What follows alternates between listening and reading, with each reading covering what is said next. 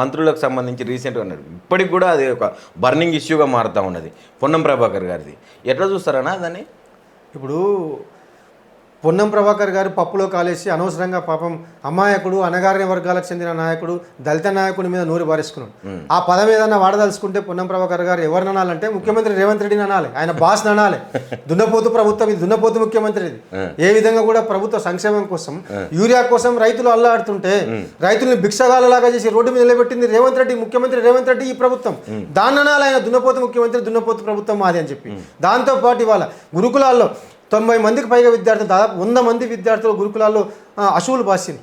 సంక్షేమ గురుకులాన్ని బోధివృక్షాలుగా తీర్చిదిద్ది ఈ రాష్ట్రానికి సంపదగా కేసీఆర్ రూపొందిస్తే సంక్షేమ గురుకులాల్లో సంక్షోభం క్రియేట్ చేసి విద్యార్థుల ఆత్మహత్యకు కారణమైన ముఖ్యమంత్రిని దున్నపోతానాలి, ఈ రాష్ట్ర ప్రభుత్వాన్ని దున్నపోతానాలి. ఇట్లా చెప్పుకుంటూ పోతే అనేక రంగాల్ని విధ్వంసం చేసిన ముఖ్యమంత్రి దున్నపోతాడు. కానీ పాపం అమాయకుడు అడ్లూరు ఎందుకు దున్నపోతాడు?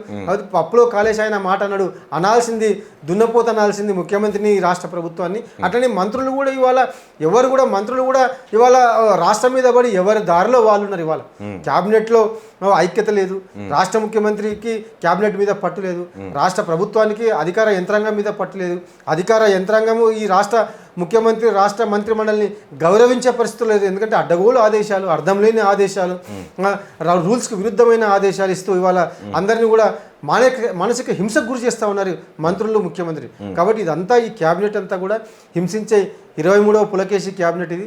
దీన్ని రాష్ట్రంలో ఉన్న ప్రజలందరూ కూడా అర్థమైపోయింది. ఎన్నికలు ఎప్పుడు వచ్చినా, ఏ ఎన్నికలు వచ్చినా, స్థానిక సంస్థల ఎన్నికలు వచ్చినా, ఉప ఎన్నికలు వచ్చినా, రేపు అసెంబ్లీ ఎన్నికలు వచ్చినా బ్రహ్మాండమైన మెజార్టీతో మళ్ళీ బీఆర్ఎస్ పార్టీకి పట్టం కడతారు. 100 స్థానాలకు పైగా రికార్డు మెజార్టీతో తెలంగాణ రాష్ట్రంలో తిరిగి బీఆర్ఎస్ పార్టీ అధికారులకు రాబోతుంది. నమ్మకం ఉన్నదా? 100%. మీరు గ్రామాల్లోకి మీరే వెళ్ళండి, మీరు వెళ్ళి మైకులు పెట్టండి ప్రజల ముందు. తీసుకోండి, ఇప్పుడు బై ఎలక్షన్స్ వస్తా ఉన్నాయి జూబ్లీహిల్స్కి సంబంధించి. అవును, జూబ్లీహిల్స్లో నగర ప్రజలకు క్లియర్గా తెలుసు కదా, నగరంలో విఘ్నులు ఉంటారు, అనేక రకాల గ్రామాల నుంచి వచ్చి అనేక రకాల అనుభవాల మూటను నెత్తికొచ్చి ఉపాధి కోసం హైదరాబాద్కి వచ్చిన వాళ్ళు ఉంటారు. వాళ్ళకి తెలియదా? తెలంగాణ రాష్ట్రం కోసం, హైదరాబాద్ నగర అభివృద్ధి కోసం పాటుపడ్డది ఏ ప్రభుత్వము, హైదరాబాద్ని ఇబ్బందులోకి నెట్టేసింది ఏ ప్రభుత్వము, జూబ్లీహిల్స్ ప్రజలకు తెలియదా? జూబ్లీహిల్స్లో ఇంకా విఘ్నులు ఉంటారు కదా, అంతో ఇంతో చైతన్యం ఉన్న వాళ్ళు, కొంత జ్ఞానవంతులు ఉంటారు జూబ్లీహిల్స్లో, వాళ్ళకి తెలుసు కదా. ఎల్బీ నగర్ అండర్ పాస్ నుంచి తీగల వంతెన దాకా నగర నలుమూలలో అభివృద్ధి చేసింది కేటీఆర్ గారు, కేసీఆర్ గారు కదా. అద్భుతంగా హైదరాబాద్ నగరాన్ని విశ్వనగరంగా మార్చింది, అద్భుతంగా హైదరాబాద్ నగరానికి వెలుగులు అద్దింది బీఆర్ఎస్ ప్రభుత్వం కదా. దాంతోపాటు ఐటీ పరిశ్రమను అభివృద్ధి చేసి 18,000కు పైగా కొత్త పరిశ్రమలు తీసుకొచ్చి 16 లక్షల కొత్త ఉద్యోగాలు సృష్టించి తెలంగాణ రాష్ట్రంలో ఉద్యోగాల విప్లవం తీసుకొచ్చింది కేసీఆర్ గారి ప్రభుత్వం కదా. వాళ్ళకి తెలుసు కదా, అనేక రకాల ఉపాధి మార్గాల్ని పెంచింది కేసీఆర్ గారి ప్రభుత్వం కదా. మరి రేవంత్ రెడ్డి ఏం చేశాడో చూసిరు కదా వాళ్ళు 2 ఏళ్లలో. రేవంత్ రెడ్డి అధికారంలోకి వచ్చిన ఇప్పుడు రేవంత్ రెడ్డి ఇప్పుడు ఒక్కొక్క ఎన్నికలకు ఒక్కొక్క రకమైన ప్రత్యేకమైన పరిస్థితులు ఉంటాయి. మేము సరిగ్గా సన్నద్ధత కాకపోవడము, అప్పుడు ఇంకా ఆయన అబద్ధాలు పనిచేస్తూ ఉండడము, ఆయన అబద్ధాలు ఇంకా ఏమైనా చేస్తాడేమో ఆశలు ప్రజల్లో ఉండడం, రకరకాల ప్రభుత్వం వచ్చింది కాబట్టి ఇంకా ప్రజల్లో కూడా ఆశలు పోయి ఉండకపోవచ్చు. మొన్న పార్లమెంట్ ఎన్నికల్లో కానీ 1-2 అట్లా జరిగి ఉండొచ్చు. కానీ వాళ్ళ 2 ఏళ్ల తర్వాత బట్టబయలైపోయింది రేవంత్ రెడ్డి వైఖరి. రేవంత్ రెడ్డి ప్రభుత్వం మీద ఆశలన్నీ తొలగిపోయినాయి. 2 ఏళ్ల తర్వాత ఆయన రాచి రంపాన్ని పెట్టని వర్గమే ఉంది ఈ రాష్ట్రంలో. హైదరాబాద్ నగరాన్ని హైడ్రా పేరిట విధ్వంసం చేసి, భయాందోళనకు గురి చేసి, మొత్తం రెవెన్యూని ధ్వంసం చేసింది కదా, రియల్ ఎస్టేట్ రంగాన్ని ధ్వంసం చేసింది కదా, ఐటీ పరిశ్రమను నాశనం చేసింది కదా, పెట్టుబడులు రావడం లేదు కదా, రాబడులు రావడం లేదు కదా.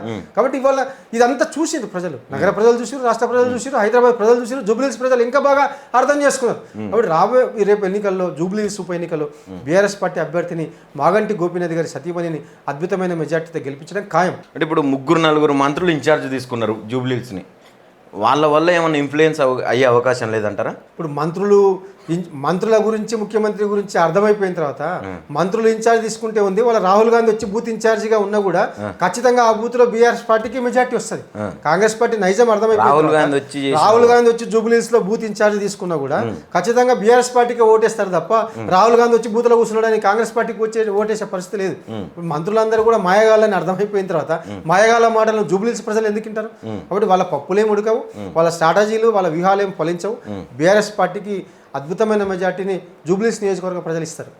Right, end of the day ఇప్పుడు ఎలక్షన్స్కి సంబంధించి నిజంగా ఒకవేళ జరిగితే ఈ రిజర్వేషన్లు ఏమైనా మార్పు చేర్పులు ఉంటాయా, అసలు ఎప్పుడు జరగబోతా ఉంటాయి, ఇంకెంత టైం పట్టవచ్చు మళ్ళీ కోర్టు నుంచి ఎలక్షన్స్ పెట్టుకోవచ్చు అని చెప్పడానికి ఎట్లా ఉండబోతుంది అన్నది? ఇప్పుడు ఖచ్చితంగా ఇప్పుడు హైకోర్టు స్టేని మనం పరిశీలిస్తే జరగబోయే న్యాయపరమైన అంశాల్ని మనం కొద్దిగా లోతుగా అర్థం చేసుకునే ప్రయత్నం చేస్తే బీసీలకు కేటాయించిన రిజర్వేషన్లలో మార్పు చేర్పులు ఉండే అవకాశం ఉందనేది అర్థమవుతా ఉన్నది కదా. దాన్ని బీసీలు కూడా అర్థం చేసుకోవాలి. ఈ ప్రభుత్వం చేసిన దుర్మార్గమైన చర్యల వల్ల ఆ పరిస్థితి వచ్చిందనేది. బీసీల రిజర్వేషన్లో మార్పు చేర్పులు జరిగే అవకాశం ఉంది. అసలు స్థానిక సంస్థల ఎన్నికలనే గాలిలో దీపంలాగా మార్చేసి రేవంత్ రెడ్డి. అవి జరుగుతాయో జరగవో అదొక గందరగోళ పరిస్థితి. ఇంత ఘోరంగా ఇంత దుర్మార్గంగా లోకల్ బాడీ ఎలక్షన్లను గందరగోళంలోకి నెట్టిన ప్రభుత్వం దేశంలో ఏది లేదు. కాబట్టి లోకల్ బాడీ ఎలక్షన్లో గాలిలో దీపంలో ఉన్నాయి. కాబట్టి అది జరుగుతాయో జరగవో తెలియదు, ఏం చేస్తాడో తెలియదు. ఇంకా జరగకుంటే గ్రామాల అభివృద్ధి కుంటుపడే అవకాశం ఉంటుంది కదా. అంటే ఇప్పటికి కూడా కొన్ని ఊర్లలో చాలా మొత్తం 2 ఏళ్ళు అయిపోయింది దాదాపుగా ప్రభుత్వం వచ్చి ఇప్పటి వరకు సర్పంచులు లేని ఊర్లను చూస్తున్నాము. ఈ వీధి దీపాలు కూడా మన దసరాకు కూడా ఇంతవరకు వేయించినటువంటి పరిస్థితి కనపాలి. ఏ ఊరికి పోయినా కూడా ఇంకా కుంటుపడే అవకాశం ఉంటుంది కదా. ఇప్పుడు గత బీఆర్ఎస్ ప్రభుత్వం ఏమో గ్రామాల్ని గుండెల్లో పెట్టుకుని అద్భుతమైన వైకుంఠ ధామాలు నిర్మించి, గతంలో మనిషి చచ్చిపోతే ఎడ పూడ్చిపెడదామన్న స్థలం ఉండకపోయేది. పూడ్చిపెట్టిన తర్వాత కాలు చేతులు కట్టుకుందామంటే ఒక చెంబడి నీళ్లు దొరకకపోయేటి. అట్లాంటి గ్రామాల్లో కేసీఆర్ గారు అద్భుతమైన వైకుంఠ ధామాలు నిర్మించి అద్భుతంగా గ్రామాలకు ఒక అవకాశాన్ని కల్పించాడు. దాంతోపాటు రైతు వేదికలు నిర్మించాడు గ్రామాల్లో. ఇట్లా చెప్పుకుంటూ పోతే రైతు బంధు, రైతు బీమా, కళ్యాణ లక్ష్మి, షాదీ ముబారక్ లాంటి అనేక సంక్షేమ పథకాలని రైతుల కోసం అమలు చేశాడు. అలానే గ్రామ పంచాయతీలకు ట్రాక్టర్లు ఇచ్చి పొడి చెత్త తడి చెత్త వేరు చేసే విధంగా చేసి, గ్రామాల్లో పచ్చదనం పరిశుభ్రత ఉండేలా చేసి, గ్రామాల్ని ఒక గ్రీన్ హౌస్ లాగా మార్చి ఒక ఆహ్లాదకరమైన వాతావరణాన్ని, అభివృద్ధిని బీఆర్ఎస్ ప్రభుత్వం గ్రామాల్లో ఆనాడు తీసుకొచ్చింది. కానీ 2 నెలల్లో గ్రామాలన్నింటిని కూడా గాలి కొలిదేసింది. గ్రామాలు ఇవాళ ఘోరంగా గోసపడతా ఉన్నాయి. గ్రామాలు స్పెషల్ ఆఫీసర్ల పరిపాలన వచ్చింది. ఆ స్పెషల్ ఆఫీసర్లు కూడా పాపం పంచాయతీ సెక్రటరీలు పెట్టలేక బిల్లులు రాక అప్పులపాలై పంచాయతీ సెక్రటరీలు కూడా చేతులు ఎత్తేసి ఇవ్వాలి. కాబట్టి మొత్తం ఇవాళ గ్రామాల్లో చాలా గందరగోళ పరిస్థితి ఉంది. ఎక్కువ రోజులు ఎలక్షన్లు పెట్టకుండా ఆయన ఉండలేదు. అట్లానే బీసీ రిజర్వేషన్లు పక్కకు పెట్టి ఎలక్షన్లకు పోలేడు. ఇప్పుడు రేవంత్ రెడ్డి పులిని ఎక్కి కూర్చున్నాడు. పులి మీద స్వారీ చేయలేడు, దిగితే పులి మింగుతుంది. ఇప్పుడు ఏం చేస్తాడో తెలియని గందరగోళం పరిస్థితి అయిపోయింది. ఈ రాష్ట్రం పిచ్చితుకుల చేతుల కత్తిలాగా మారిపోయింది. ఏం జరుగుతుందో చూడాలి మనం కూడా. ఏం చెప్తుంది సమాజానికి, బీసీ సమాజానికి? అంటే 42% రిజర్వేషన్లో అమలైతేనే మన ఎలక్షన్స్ పోతున్నాం అని చెప్పి ఇంకా కూడా కలలు కంటున్నటువంటి బీసీలో ఇప్పుడు వాళ్ళ బీసీలు అందరూ కూడా ఈ ప్రభుత్వం గల్ల పట్టుకోవాలి. కాంగ్రెస్ పార్టీ నాయకుల గల్లలు పట్టుకోవాలి. తరమాల గ్రామాలకు వస్తే కాంగ్రెస్ పార్టీ నాయకులు ఏం చేశారని ఆయన ఇంత ఘోరంగా మోసం చేస్తారు, ఇంత గందరగోళంలోకి నెట్టేస్తారు, ఆశలు కల్పించి మమ్మల్ని ఎందుకు మోసం చేస్తున్నారని చెప్పి కాంగ్రెస్ పార్టీ నాయకులను అడగాలి. ఇంత అడ్డగోలుగా ఎందుకు వ్యవహారాన్ని నడిపించారని అడగాలి. ముఖ్యమంత్రి కుట్రబుద్ధిని తిప్పికొట్టాలి. బీసీలందరూ కూడా తిప్పికొట్టి పోరాటం చేయాలి. ఈ కాంగ్రెస్ ప్రభుత్వం మీద పోరాటం చేసి బీసీలు అర్థం చేసుకోవాలి. ఇంకొకటి కూడా మీ ద్వారా చెప్తా ఉన్నా, ఈ దేశంలో బీసీలకు న్యాయం జరిగిందంటే ప్రాంతీయ పార్టీలతో న్యాయం జరిగింది తప్ప జాతీయ పార్టీలతో న్యాయం జరగలే. బీసీలని మోసం చేసింది కాంగ్రెస్ బీజేపీ పార్టీలు అయితే, జాతీయ పార్టీలు అయితే ఎంతో బీసీలకు న్యాయం చేసింది, బీసీల అభివృద్ధి కోసం కష్టపడ్డది ప్రాంతీయ పార్టీలే. ఆనాడు ఎన్టీఆర్ గారు కానీ, తర్వాత కేసీఆర్ గారు కానీ, తమిళనాడులో జయలలిత గారు కానీ, కరుణానిధి గారు కానీ ప్రాంతీయ పార్టీలో అధికారంలోకి వచ్చిన తర్వాత మాత్రమే బీసీలకు న్యాయం జరిగింది. అది కూడా బీఆర్ఎస్ లాంటి పార్టీ, రాష్ట్ర అస్తిత్వము, ఆత్మగౌరవము, రాష్ట్రంతో పేగుబంధం ఉన్న బీఆర్ఎస్ పార్టీ మాత్రమే ఈ రాష్ట్రంలో ఉన్న అన్ని వర్గాలకు న్యాయం చేసే కసితో పనిచేస్తుంది.